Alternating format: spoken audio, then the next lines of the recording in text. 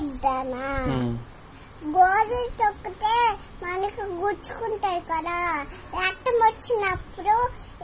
ఏదైనా దూద తీసుకుని ఇలా అనుకుని ఐస్ పెట్టుకుంటే మళ్ళీ ఐస్ కలిపోయినాక ఇంకో ఐస్ తీసుకుని పెట్టుకుంటే మళ్ళీ ఐస్ కలిపోయినాక ఇంకో ఐస్ తీసుకుని పెట్టుకుంటే మళ్ళీ ఐస్ కలిపోయినాక ఇంకో ఐస్ తీసుకుంటే మళ్ళీ ఇంకో ఐస్ కలిపోయిన ఇంకో ఐస్ తీసుకుని మళ్ళీ ఇంకో ఐస్ కలిపోయినాక ఇంకో ఐస్ తీసుకుని మళ్ళీ ఇంకో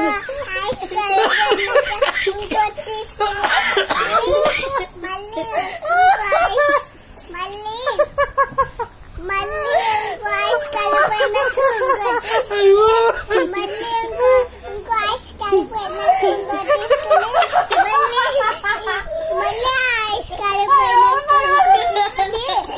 మళ్ళీ ఐస్ కలిపోయినాక ఇంకో తీసుకుని